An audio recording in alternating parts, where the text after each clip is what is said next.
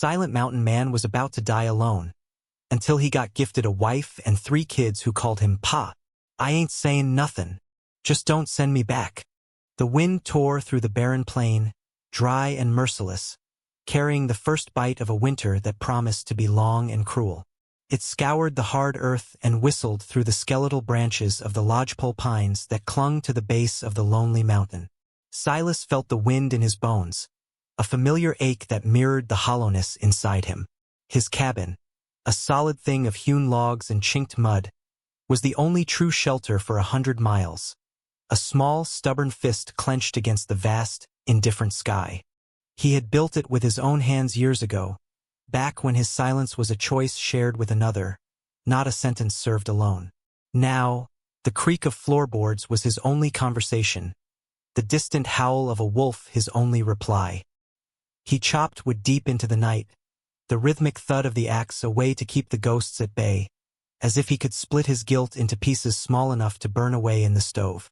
He was a man worn down to his essentials: work, eat, sleep. His face was a map of harsh suns and harder winters, and his tired eyes had seen everything he ever loved turn to dust. The world had taken its due from him, and he had asked for nothing in return but this solitude, this quiet penance on the edge of nothingness. He was waiting for the snow to seal him in, to bury him in a white, silent world where memories couldn't follow. He did not know it yet, but the life he thought was over was only just beginning. The first flakes were just beginning to fall, dusting the ground like a fine layer of salt, when he saw the wagon. It was a broken-backed thing, listing to one side, its canvas torn and flapping like a wounded bird's wing. The oxen were skeletons draped in hide, their heads hanging low. 3 men walked beside it, their shoulders hunched against the biting wind, their movements slow and exhausted.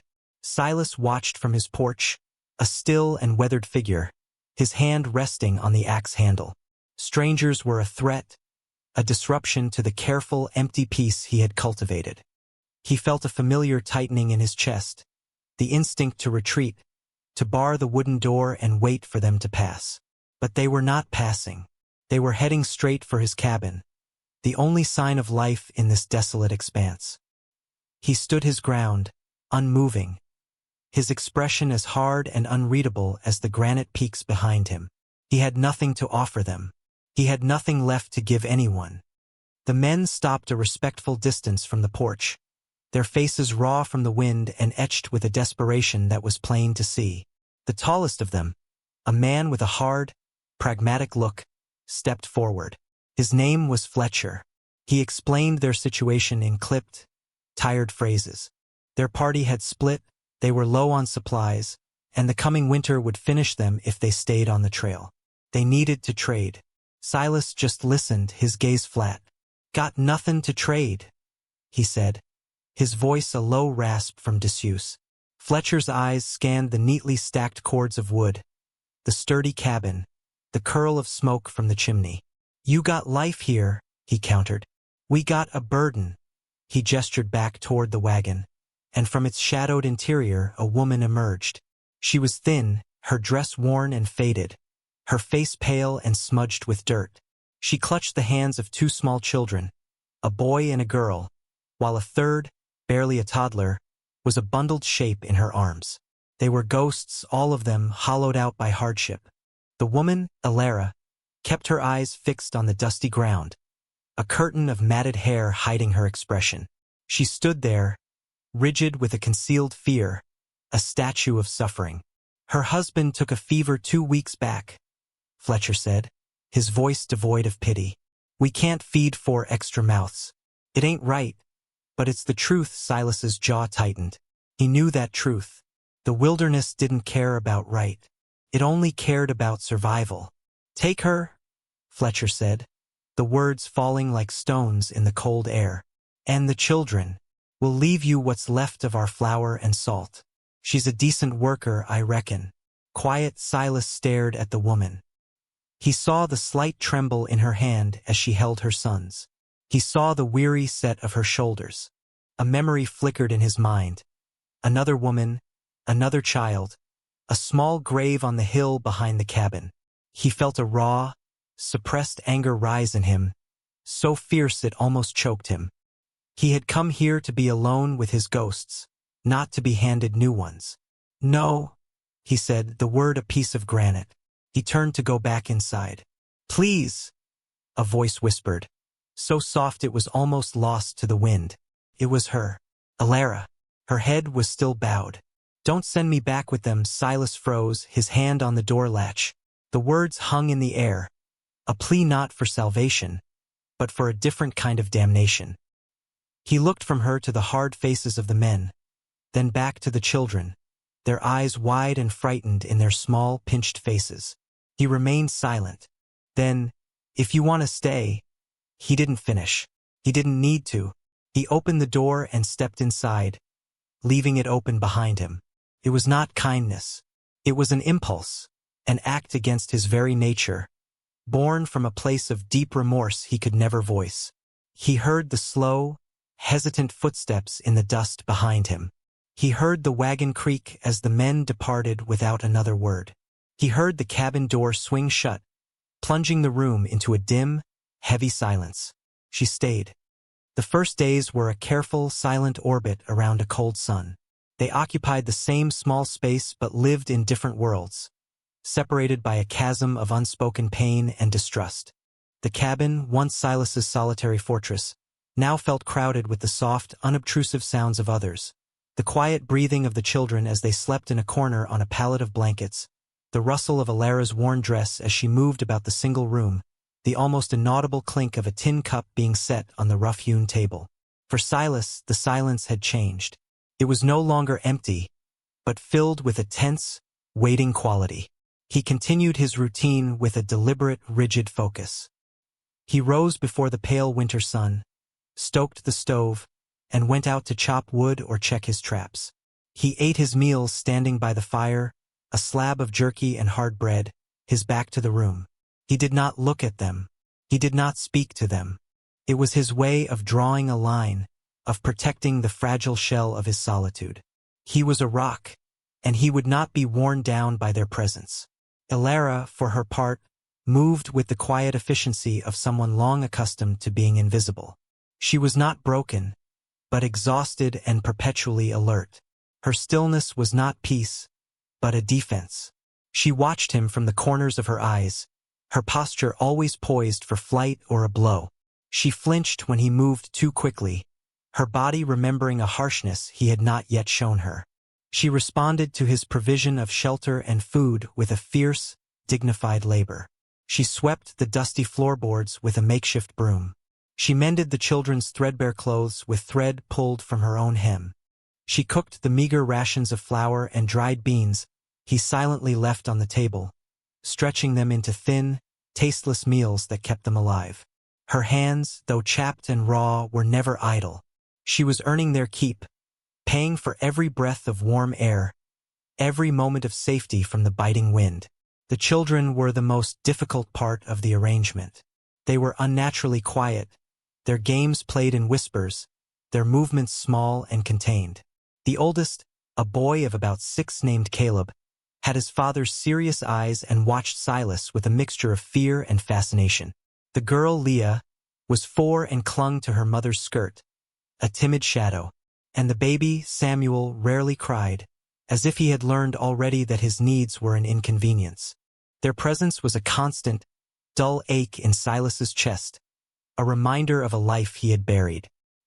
He found himself listening for their soft coughs in the night, his body tensing with a protective instinct he had tried to kill long ago. He was a man walled into his own heart, and now there were small hands testing the stones. The cold deepened, sealing the world in a sheath of cracking ice and frost. Silas saw the way the children shivered, even by the stove. He saw the worn soles of Caleb's shoes, thin as paper, and the way Alara would try to warm the baby's feet with her own cold hands. He did not speak of it. Words were not his way. Instead, his actions began to speak for him, cautious and secret gestures of intervention. One evening, after they were all asleep, he took Caleb's shoes. He sat by the low fire, the smoky lamp casting long shadows on the wall, and worked for hours.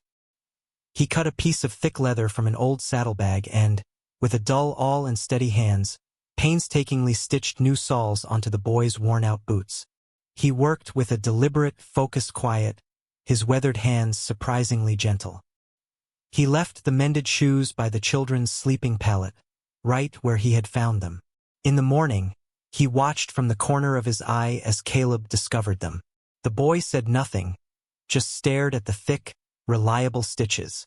He slipped them on, his small feet now properly protected from the cold floor. He looked over at Silas, who was staring intently into the fire, pretending not to notice.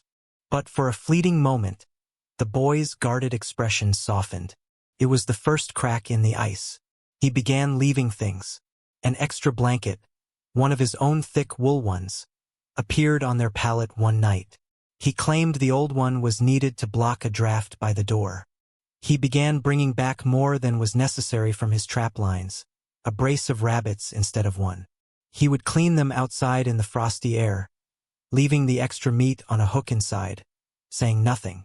Alara would cook it, adding it to their thin stew, and the silent offering was accepted without comment. The unspoken transaction became their language. He provided. She accepted and transformed it into sustenance. It was a partnership with no contract, a bond forged in necessity and silence. One afternoon, he returned to the cabin to find Leah crying softly, her face buried in her mother's lap. He saw a small, crudely made doll of rags on the floor, its button having fallen off. He paused in the doorway, feeling the familiar urge to retreat from the raw sight of a child's sorrow. But he didn't. That night, while the wind howled its lonely song, he sat at the table and carved. The blade of his knife moved slowly over a piece of soft pine, shavings falling to the floor. By morning, a small, smooth wooden bird sat on the table beside Leah's spot. It was simple, unadorned, but its shape was perfect. Leah found it, her small hands tracing its wings. She looked at him, a question in her eyes. He just gave a short, almost imperceptible nod before turning to pull on his coat. She clutched the bird to her chest. It was a piece of unobtrusive kindness, a silent message that said, "I see you." The rigid lines of their separation were beginning to blur. The blizzard came without warning, a furious white wall that descended from the slate evening sky and swallowed the world whole. The wind shrieked like a banshee, rattling the wooden door in its frame and driving snow through every tiny crack in the cabin walls. For days, they were trapped, the world reduced to the four walls of the cabin and the roaring darkness outside. The close quarters amplified the tension, the silence growing heavier, more charged. They moved around each other like ghosts, the air thick with unspoken things. It was on the third night of the storm that Samuel, the baby, began to cough. At first, it was a small, dry sound, but by morning, it had deepened into a ragged, wet bark that tore through the small body. Fever followed, his skin hot and dry to the touch, his breathing shallow and quick. Alara crouched by his pallet, her face a mask of controlled panic. She bathed his forehead with a damp rag, her movements deft and practiced, but her eyes held a terror that betrayed her calm exterior. She had seen this before. She knew how quickly a child's fever could steal a life. Silas watched, a knot of ice forming in his stomach. He felt utterly useless, a large, clumsy man in the face of a delicate, flickering life. The storm outside raged, and a storm of memory and fear raged within him. He saw another small form, another fevered brow. The past was no longer a ghost. It was a living, breathing thing in the room with them. He had to do something. He pulled on his heaviest coat and wrapped a scarf around his face. "Where are you going?" Alara's voice was sharp, laced with accusation and fear. It was the first direct question she had ever asked him. He paused at the door, turning back to her. "There's willow bark, down by the creek," he said, his voice rough. For the fever, she stared at him, her suspicion warring with a desperate, growing hope. The creek was a quarter-mile away, an impossible journey in the blinding storm. It was a fool's errand, a death sentence. Yet he was going. He nodded once, a gesture of grim determination, and stepped out into the white fury. He fought his way through waist-deep drifts, the wind stinging his skin and stealing his breath. He navigated by instinct, his knowledge of the mountain his only guide. He found the willow tree, its branches whipping in the gale, and stripped away the bark with numb fingers. The journey back was a battle for every step.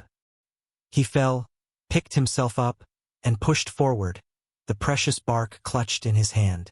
When he finally stumbled back into the cabin, covered in snow and ice, he was exhausted but resolute. He collapsed by the stove, his chest heaving. Alara was there instantly, helping him out of his frozen coat, her hands unsteady. She said nothing, but her eyes, for the first time, held something other than fear. It was a trembling, fragile gratitude. Together, they boiled the bark into a bitter tea. Alara gently coaxed the liquid into Samuel, drop by drop. They sat through the night, a silent, shared vigil. The only sounds the howling wind and the child's labored breathing. Sometime before dawn, the fever broke. The child's breathing eased, and he fell into a deep, healing sleep. Alara rested her head against the rough log wall, tears finally tracing paths through the grime on her cheeks. Silas watched her, his own raw emotions churning just beneath the surface. The storm had broken something open between them. They had faced a common enemy, and in the small, warm circle of the lamplight, they were no longer strangers. They were two people fighting for a life. When the snow finally melted enough for travel, Fletcher returned. He came not with the humility of a man who had been saved, but with the casual arrogance of one who believed he was owed something. He and two other men rode up to the cabin, their horses healthier, their own faces fuller. They had wintered in a sheltered valley and were now heading west. Silas saw them coming and met them on the porch, his stance solid and unyielding. Alara and the children stayed inside, but she watched through a crack in the door, her heart a cold stone in her chest. "Figured we'd see if you were still alive, mountain man," Fletcher said with a thin smile. "And to see how you're faring with our donation." He peered past Silas, trying to get a look inside the cabin. His gaze was dismissive, appraising. Silas said nothing, his eyes like chips of flint. "We're running low on salted meat," Fletcher continued, getting to the point. "Seeing as how you had an extra hand to help with chores all winter, we reckon you owe us a share of your stores." The injustice of it was staggering. They had abandoned her and the children to die, and now they returned to claim a reward for their cruelty. Before Silas could respond, Leah, forgetting her fear, darted out from behind the door to clutch at Alara's leg. Fletcher laughed, a short, ugly sound. "Look at that. Tamed it and everything. Must have been a long, lonely winter for you." Silas, the insult hung in the air, thick and poisonous. It was a public humiliation, branding Alara as a piece of property, a thing used for convenience. She flinched as if struck, lowering her gaze to the floorboards, her face burning with shame. The child clung tightly to her, sensing her distress. In that moment, something inside Silas, something long dormant and frozen, finally broke free. He took one deliberate step forward, placing himself squarely in front of Alara and the child, a human shield. His silence was no longer passive. It was a massive, looming threat. He looked directly at Fletcher, and when he spoke, his voice was low, calm, and carried the weight of the mountain behind him. "She's with me," he said. The words were simple, but their meaning was absolute. He paused, letting the finality of it sink in. Not bought, not gifted. Chosen. He held Fletcher's gaze, unblinking. "This is her home. These are my children. Now get off my land." The crowd of mocking townsfolk, in this case Fletcher and his men, fell silent. The sheer, unexpected force of his declaration stunned them. Fletcher, a bully who preyed on the weak, found himself facing a man who was as immovable as the rock beneath his feet. He sputtered for a moment, then, seeing no purchase in Silas's hard face, sneered and turned his horse. "Have it your way, mountain man. Don't come crying to us when they eat you out of house and home." They rode away, their mocking laughter swallowed by the vastness of the landscape. Alara stood in the doorway, tears streaming down her face, not of shame, but of a profound, earth-shattering relief. He hadn't just defended her. He had claimed her. He had named her. He stayed there on the porch until they were gone, his broad shoulders a bulwark against the world. He had finally made a public declaration, not of ownership but of belonging. That evening, a different kind of quiet settled over the cabin. It was not the silence of strangers, but the soft, waiting silence that comes after a storm has passed. The air was clear. They ate their meal, and for the first time Silas sat at the table with them. The children, sensing the shift, were less timid.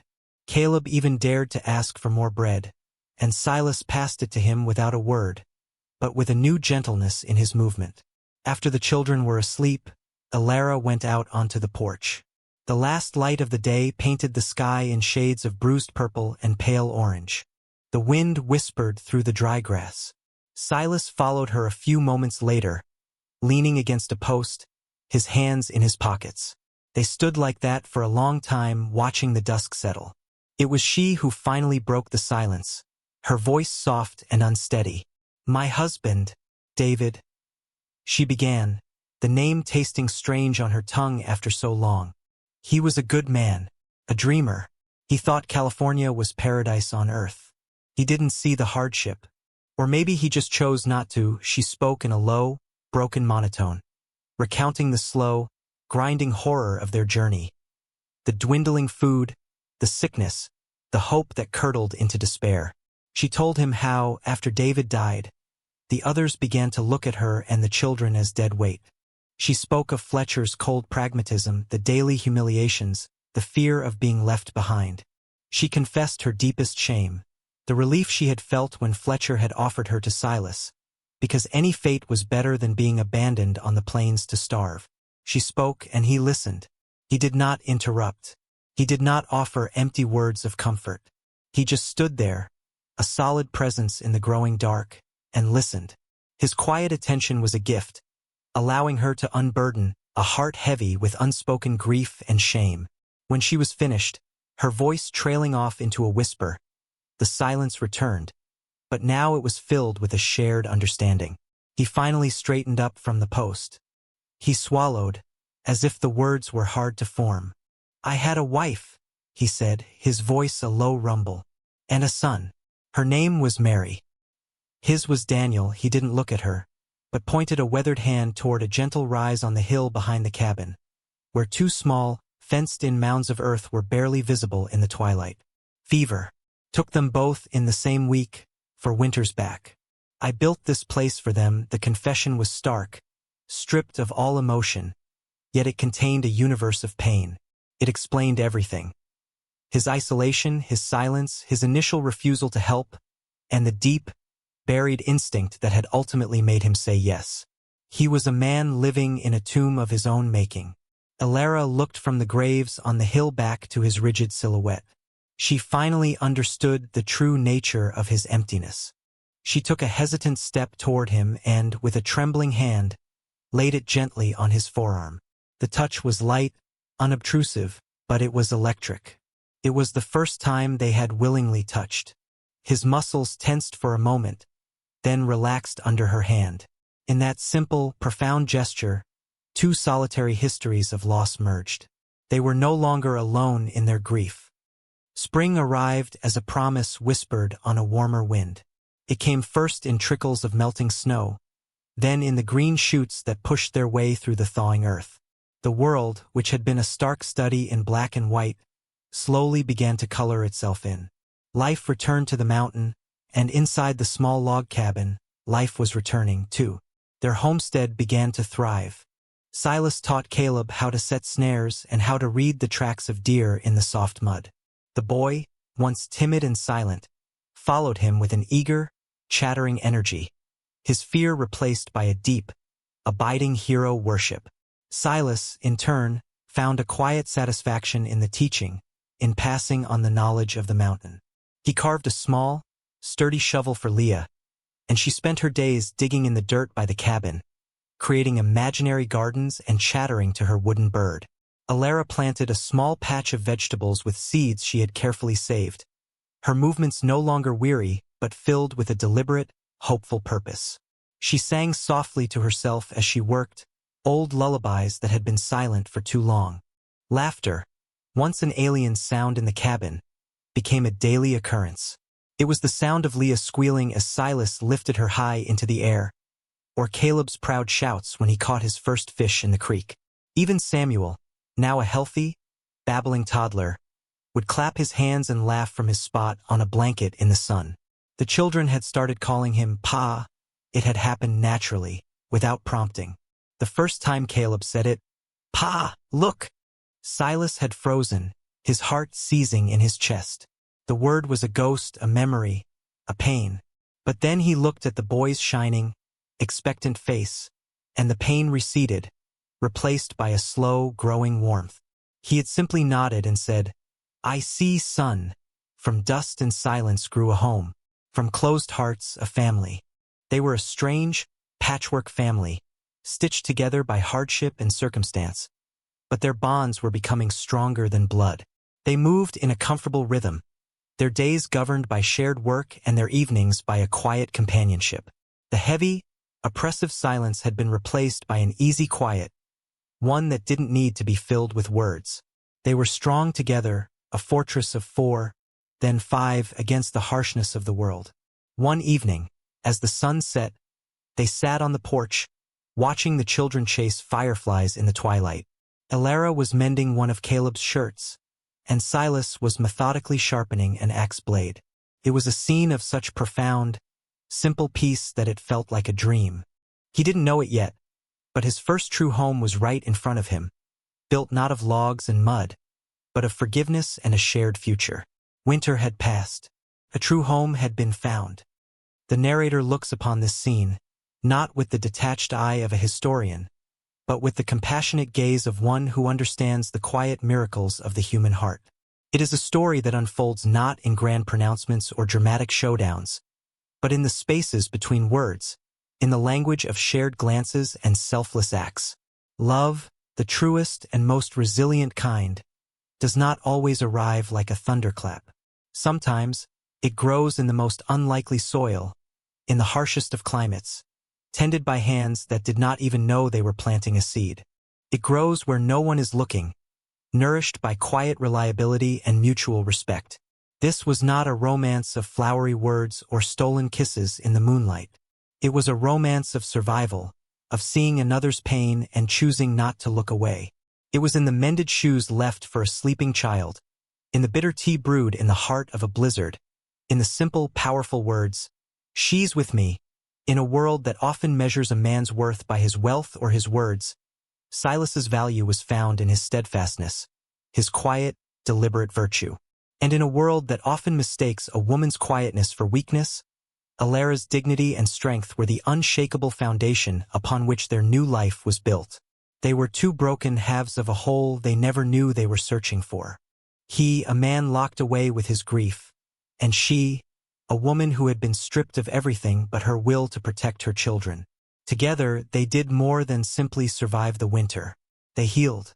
They took the shattered pieces of their former lives and, with patience and unspoken understanding, began to build something new, something stronger and more beautiful for having been broken. Their silence became a shared language, their solitude a shared sanctuary. They had found their way home. Over the summer, Silas worked on a final project. Every evening after the chores were done, he would sit on the porch with a block of sturdy oak. He worked slowly, deliberately, the rasp of his tools a familiar, comforting sound in the dusk. He was making a rocking chair. It was for her. He remembered seeing a fine one in a general store years ago, and Mary had admired it. He'd never had the time or the money to get it for her. Now his hands, calloused from the axe and the plow, moved with a surprising grace, shaping the wood, smoothing its surface until it felt like silk. He was not just building a chair. He was carving an apology to the past and a promise to the future. He finished it on a warm afternoon in late summer. He brought it out onto the porch and set it in the spot where she liked to sit and watch the children play. He didn't say anything. He just placed it there. Alara came out of the cabin and saw it. She stopped, her hand flying to her mouth. She ran her fingers over the smooth, curved back, over the sturdy arms. She looked at him, her eyes shining with unshed tears. He just gave that same short, almost imperceptible nod. She sat down in the chair and it fit her perfectly. She rocked gently, a slow, peaceful rhythm. The wooden door of the cabin was open behind them, letting in the warm air and the sounds of the children's play. The window was open, too, no longer a barrier to the world but an invitation. Caleb ran up to the porch. "Pa," he said, tugging on Silas's sleeve. "Leah says the sky is drinking the sun." Silas looked at the boy, then at Alara, whose face was filled with a gentle, radiant peace. He looked at the home they had built, the life they had forged from the edge of despair. He felt the last of the ice around his heart melt away. He put a hand on his son's shoulder. He looked at Alara, a silent question in his eyes, a lifetime of feeling contained in a single glance. She smiled, a true, open smile that reached her tired eyes and made them beautiful. She nodded. "Stay here," he said to the boy, but the words were meant for her, for all of them. He was finally home. From dust and silence grew a home. From closed hearts, a family. This story, rooted in the harsh earth of the West, speaks to the enduring power of quiet dignity and the slow, miraculous bloom of human connection in the face of desolation. If the story touched you, like warm light in a cold night, then carry it with you. Remember that strength is often quietest, that kindness needs no announcement, and that a home is not a place, but a feeling of being truly seen and safely held. Subscribe to our channel for more stories full of silence, courage, and genuine closeness. And tell us what moved you the most: the mended shoes, his stand against Fletcher, or the final, perfect gift of the rocking chair. We'll see you again, where silence means home.